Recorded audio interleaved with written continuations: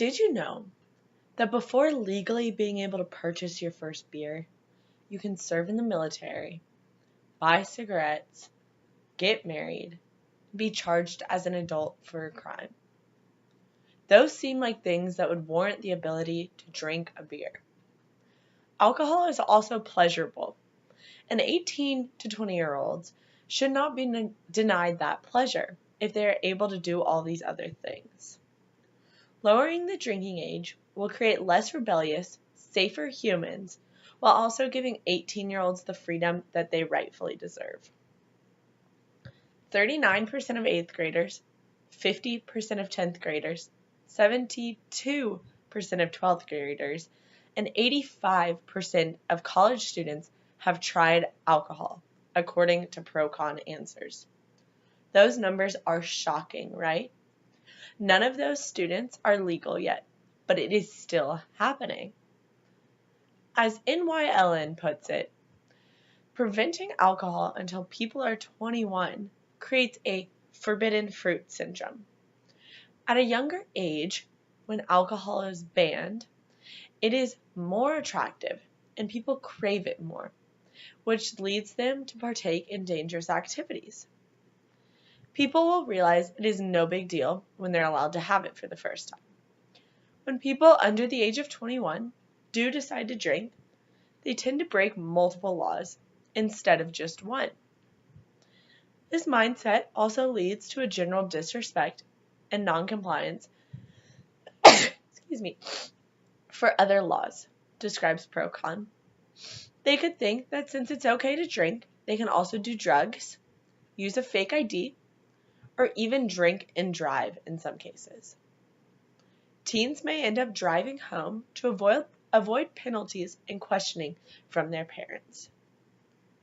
A great way to stop the threat of drunk driving incidents is, instead of heightening the drinking age, is to lower the driving under the influence laws. The U.S. has one of the most lenient drinking and driving policies, where drinking and driving contributes to almost 1/3 of all the car crashes in a year in the United States. As Speak Up Coalition put it, the higher drinking age correlates to a higher rate of car crashes. The countries with a lower drinking age have lower drinking and driving accidents. One factor might be that in the United States, the amount of kids who have cars is a little bit higher, but the blood alcohol content allowed is also a lot higher than almost all European countries.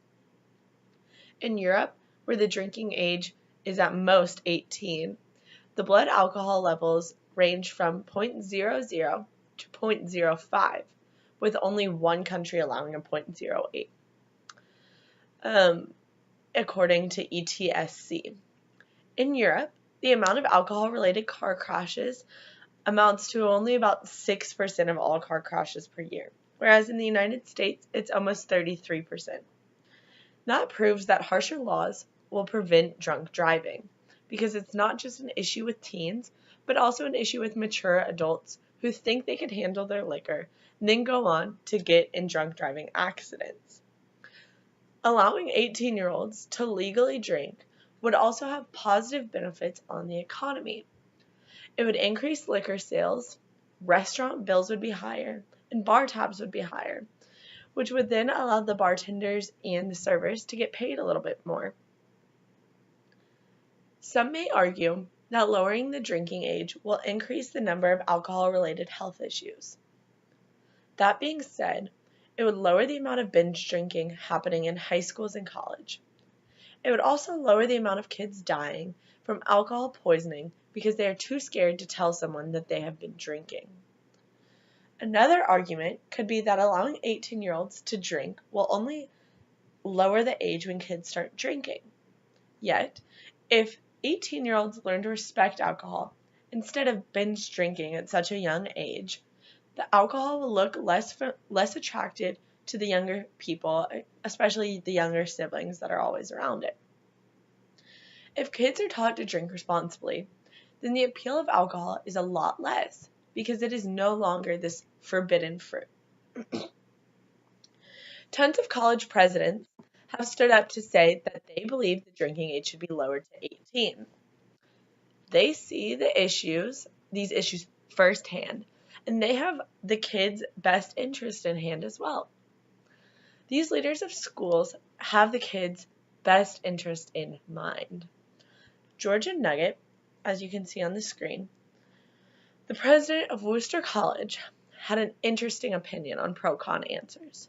She said, and I quote, "By outlawing moderate use of alcohol in appropriate social context and with adult oversight, we have driven more drinking underground, where it has taken a very dangerous form of pre-gaming.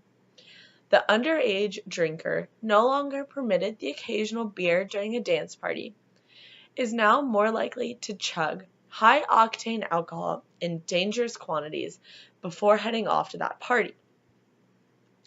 College is a time where students tend to binge drink the most. Most of these kids are under the age of 21. They drink heavily because they don't know when the next time they'll be able to get their hands on booze is. If it was legal at 18, that gives colleges the opportunity to regulate the amount of booze students are drinking, instead of them sneaking around and pre-gaming where it cannot be controlled by the campus. Over 136 college presidents have joined the Amethyst Agreement. This agreement urges the conversation to be started about the issues of binge drinking in colleges, where they are leaning towards lowering the drinking age so that college campuses can regulate the amount of alcohol at parties and the amount people are drinking so that they don't have to go underground and turn to pre-gaming. In conclusion, the drinking age should be lowered for an all-around safer America. If laws are tightened on driving under the influence and the drinking age is lowered, there will be less car accidents. Students will not continue to binge drink if the drinking age is lowered, so that college kids may drink. Students will be taught how to responsibly drink so that when it comes time to have a drink, they'll have a few instead of binge. The economy will increase because bar and restaurant tabs will increase. The law will be able to focus on more important issues than worrying about 18-year-olds drinking in college. If 18-year-olds are considered adults, then they should receive all their rights at that point. They should not have to wait 3 additional years in order to have their first legal drink. Thank you.